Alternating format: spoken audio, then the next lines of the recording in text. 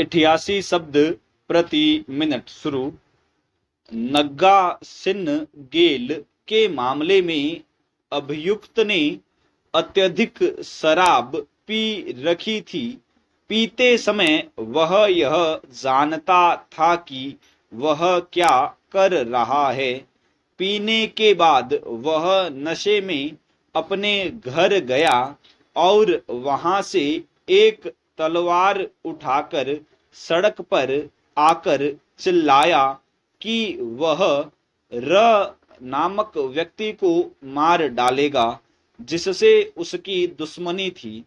एक राहगीर ल ने उसे शांत करने की कोशिश की, परंतु उसने ल को चोट पहुंचाई, जिसके परिणाम स्वरूप उसके शरीर पर कई घाव हो गए और कुछ ही मिनटों में उसकी मृत्यु हो गई।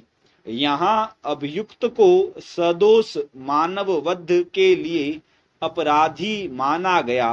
न्यायालय ने अभिनिर्धारित किया कि धारा 86 के अनुसार साक्ष्य और जानकारी के साथ अपराध करने वाले मत व्यक्ति को वही दंड दिया जाना चाहिए जो उसे बिना नशे की स्थिति में साक्ष्य और जानकारी के साथ अपराध करने पर दिया जाता यदि उसने नशा स्वेच्छया किया हो।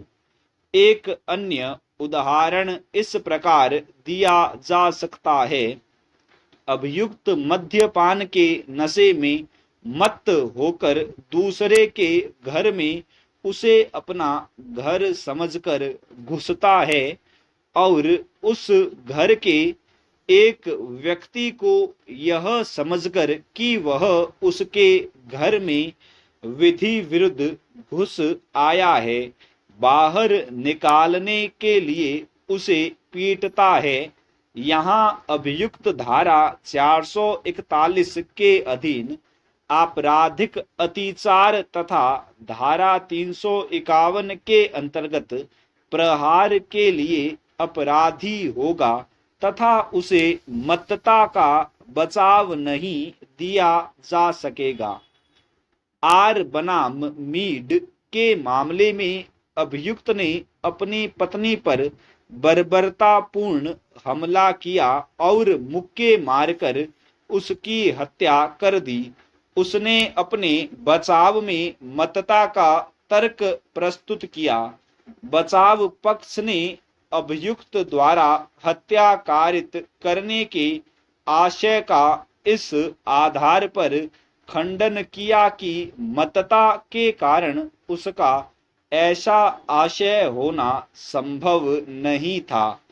न्यायालय ने विनिश्चित किया कि यदि बचाव पक्ष की दलील को स्वीकार कर लिया जाए फिर भी अभियुक्त सदोष मानव वध के अपराध का दोषी तो होगा, क्योंकि उसने अपनी पत्नी पर खतरनाक प्रहार किए थे।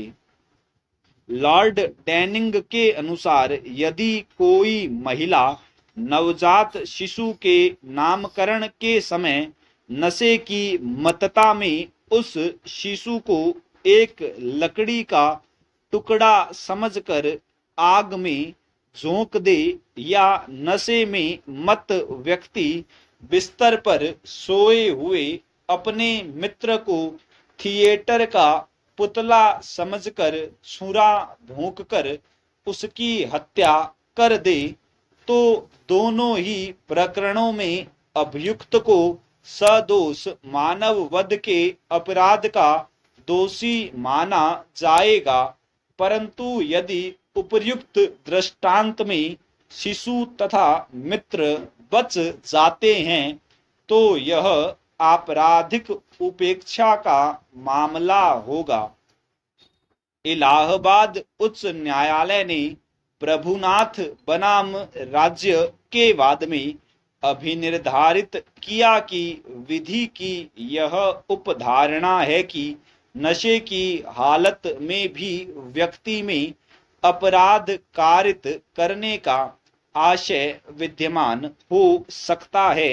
अतः दंड संहिता की धारा 86 के प्रावधान गंभीर स्वरूप के अपराध करने वाले अभियुक्तों के प्रति आसानी से लागू नहीं किए जाने चाहिए जब तक कि इस धारा की सभी आवश्यकताएं भली भांति पूर्ण नहीं हो जाती।